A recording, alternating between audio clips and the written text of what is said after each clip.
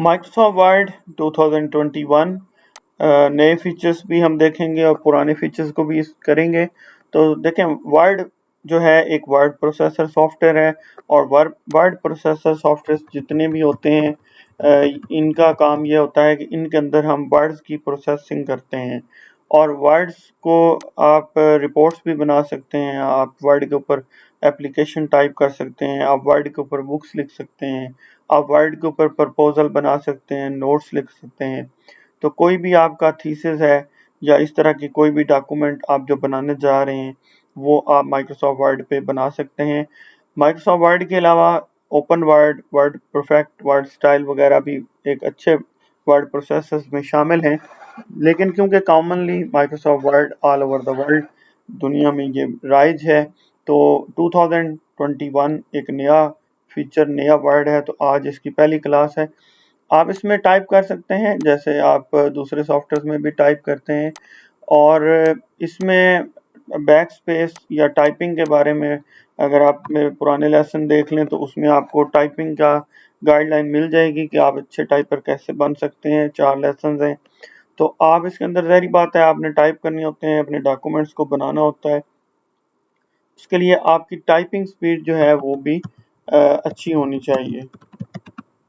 तो अगर मैं बात करूं टाइपिंग की, तो आपको पता है कि बैक स्पेस से और या डिलीट बटन से आप किसी भी अगर यहाँ पे बैक स्पेस दबाएंगे तो इस साइड से, मतलब आप इसकी लेफ्ट साइड से, और डिलीट बटन दबाएंगे तो राइट साइड से हमारा डिलीट होगा।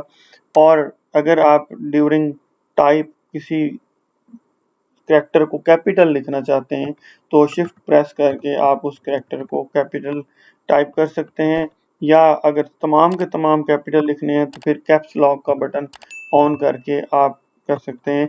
तो कीबोर्ड का फीचर्स, जो कीबोर्ड से टाइप कैसे करते हैं, ये शिफ्ट की, ये कैप्स लॉक की या टैब की कीज का इस्तेमाल कैसे करते हैं, ये ऑलरेडी आपको पता होना चाहिए।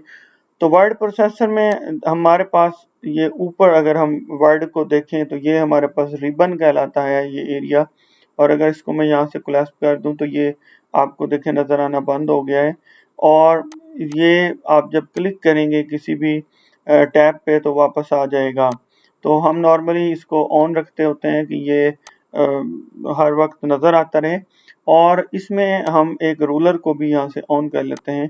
तो रूलर हमें बता रहा होता है कि यहाँ पे हम बात बार टैब्स को लगाते हैं, या ये हमारे मार्जिन वगैरह को हमें दिखा रहा है। एंड की सेटिंग भी हमारी रूलर के अंदर हो जाती है। व्यू टैब पे ये ज़ाहिर बात है, हम व्यू के हवाले से बात हो रही है, तो हम नॉर्मली जो काम कर रहे होते हैं वो प्रिंट लेआउट मोड पे काम कर रहे होते हैं। जब हमने रीड करना हो तो रीड मोड पे और वेब लेआउट वगैरह भी हमारे पास अवेलेबल होती है, बट नॉर्मली जब हम काम कर रहे होते हैं तो प्रिंट लेआउट, आप देखेंगे प्रिंट लेआउट पे हमेशा काम करें। और दूसरा इस बात का ख्याल रखें कि जूम लेवल आप अपने मुताबिक सेट रखें। 100% जूम इस वक्त यहाँ पर है, लेकिन अगर मैं देखूँ तो मेरी क्योंकि वाइड स्क्रीन है, मैं अगर यहाँ तक भी इसको काम करूँ तो मैं इसके ऊपर आसानी से काम कर सकता हूँ। तो आप पेज के विड्थ के मुताबिक अपना पेज जो है वो सबसे पहले अपने सामने रखें, और सबसे पहले हम चलते हैं होम टैब पे, और होम से पहले भी मैं यहाँ पे आ जाऊँगा फाइल पे। तो फाइल पे जब आप क्लिक करते हैं तो आप यहाँ से न्यू फाइल ले सकते हैं, और यहाँ से ओपन कर सकते हैं पुरानी फाइल को, और यहाँ से सेव और सेव एज कर सकते हैं। सेव फाइल करने के लिए आप सेव पे क्लिक करेंगे, और डॉक्यूमेंट्स में या कंप्यूटर के किसी भी जगह पे आप किसी भी फोल्डर में आप फाइल का नाम टाइप करेंगे, और उसको आप जो है यहाँ पे महफूज कर देंगे। इस तरह से आप अपनी वर्ड को फाइल को सेव कर चुके हैं। और अगर आप किसी और फॉर्मेट में पीडीएफ में सेव करना चाहते हैं या ओपन वर्ड में, तो फिर आपको सेव करते हुए यहाँ से चूज़ करना होता है कि पीडीएफ करना है या ओपन डॉक्यूमेंट में सेव करनी है, किस में लेके जाना है। अच्छा, सेव एज को हम इसलिए यूज़ करते हैं कि अगर सेव की गई ऑलरेडी जो पहले फाइल है उसको दोबारा किसी नए नाम से सेव करना है, या किसी नई लोकेशन में सेव करना है, या उसको आप किसी और फॉर्मेट में सेव करना चाहते हैं, तो आप सेव एज पे जाते हैं। उसके नीचे आपको यहाँ पे प्रिंट का बटन मिल रहा है, तो अगर आप इसको प्रिंट करना चाहें तो प्रिंटर सेलेक्ट करने के बाद कितनी कॉपीज चाहिए यहाँ पर, और यहाँ से आप सेलेक्ट करते हैं कि कितने पेजेस, पहला पेज या 10 पेज या इस पेज से इस पेज तक, ये तमाम सेटिंग यहाँ पर आ जाती हैं। और जब आप प्रिंट के बटन पे क्लिक करेंगे तो वो प्रिंट हो जाती है डॉक्यूमेंट। लेकिन इसके लिए आपके कंप्यूटर के साथ प्रिंटर का होना ज़रूरी है। बाकी इसमें हमारे पास शेयर और एक्सपोर्ट हमारा बहुत कम यूज़ होता है, बट शेयर में आप इसको क्लाउड पे, ईमेल पे या आउटलुक में भी लेके जा सकते हैं। और एक्सपोर्ट हमारा क्लोज पे क्लिक हो गया है तो ये इससे फाइल आपकी क्लोज हो गई है। अभी हम इस फाइल को दोबारा से ओपन करते हैं। ओपन पे क्लिक किया और ये हमने रिसेंट फाइल जो हमने बनाई थी वो सामने आ जाती हैं, वो हमने ओपन कर ली। और एक्सपोर्ट पे अगर आप क्लिक करते हैं तो ये पीडीएफ या आप किसी और फाइल फॉर्मेट में चले जाते हैं। नॉर्मली यही काम हम सेव एज के बटन से कर रहे होते हैं और दूसरे ऑप्शंस को नहीं छेड़ते। ऑप्शंस में हमारे पास बहुत सारी ऑप्शंस खुलती हैं, तो आने वाले लेसन में कुछ इनके बारे में मैं आपको बताऊंगा। लेकिन इसमें हमारी डिस्प्ले के अंदर ये बेसिकली हमारी वर्ड की कुछ एडवांस लेवल की सेटिंग्स होती हैं। इनको हम बाय डिफ़ॉल्ट ही नॉर्मली रखते हैं, लेकिन बाज़ औक़ात हमें किसी चीज़ को ऑन करना हो तो फिर हम ऑप्शन में जाके उसकी सेटिंग्स को चेंज किया जाता है। तो अब हमारे पास फर्स्ट टैब है यहाँ पर, वो है हमारे पास होम टैब। तो होम टैब पर हमारे पास आप देख रहे हैं कुछ ग्रुप्स हैं, जैसे कि क्लिपबोर्ड है, फ़ॉन्ट है, पैराग्राफ है, स्टाइल्स है और यहाँ पर एडिटिंग ग्रुप आपको मिल रहे हैं। और अगर हम ऊपर यहाँ पर देखें तो इस पार्ट को जहाँ पे ऑटो सेव लिखा हुआ है, सेव का आइकन दिया गया है, अनडू और रीडू दिया गया है, तो इसको कहते हैं क्विक एक्सेस टूल बार। और आप यहाँ से कुछ और बटन्स को भी ऐड कर सकते हैं जो कि आप बार बार यूज करते हैं क्विकली। तो अब चलते हैं जी, अनडू और रीडू क्या होता है। तो अनडू कोई भी काम आप गलत कर बैठते हैं, लाइक मैंने इसको डिलीट कर दिया, तो मैं अगर इसको यहाँ से अनडू करूँगा तो वही काम मेरा वापस आ जाएगा।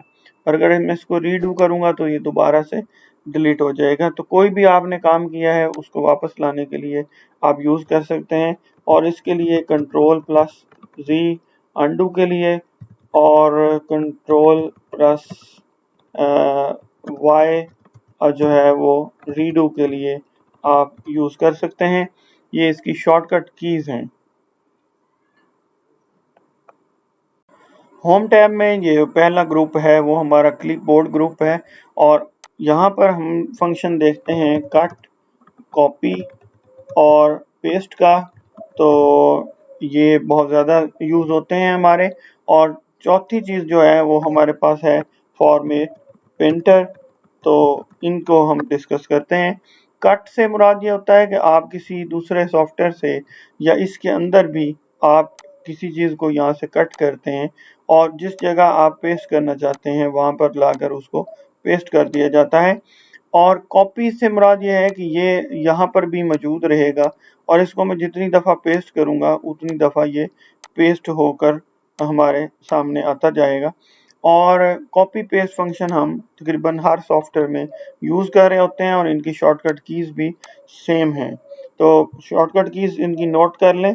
कट के लिए हम यूज़ करते हैं कंट्रोल प्लस एक्स, और कॉपी के लिए कंट्रोल प्लस वाई और control plus c sorry, and paste के लिए हम यूज़ करते हैं कंट्रोल प्लस वी।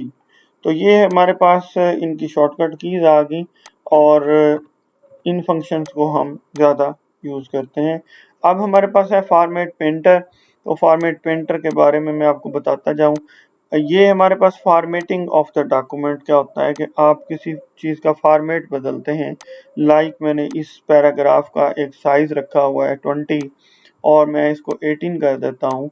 इसका फ़ॉन्ट स्टाइल मैंने कुछ और ले लिया और फिर मैंने इसको यहाँ से कलर भी बदल दिया। अब यही चीज़ मैं चाहता हूँ कि यही सेम फ़ॉन्ट स्टाइल, यही सेम सेटिंग्स यहाँ पे किसी और जगह पे अप्लाई हो जाएँ।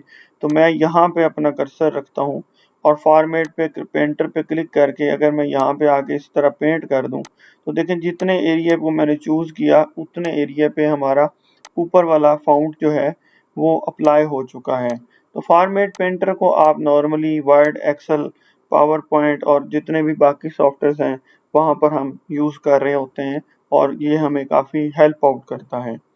आज के जो फर्स्ट लेसन था उसमें हमने जस्ट इन्हीं चीज़ों को डिस्कस किया है। ये ज़रा इंट्रोडक्शन का था एमएस वर्ड का। नेक्स्ट लेसन में हम फ़ॉन्ट और पैराग्राफ और स्टाइल्स को डिस्कस करेंगे। तो अगली वीडियो में आप जो है उसको देखें और ये तकरीबन चंद एक वीडियोस में ही मैं मुकम्मल कोर्स जो है वर्ड का वो कंप्लीट कर दूंगा।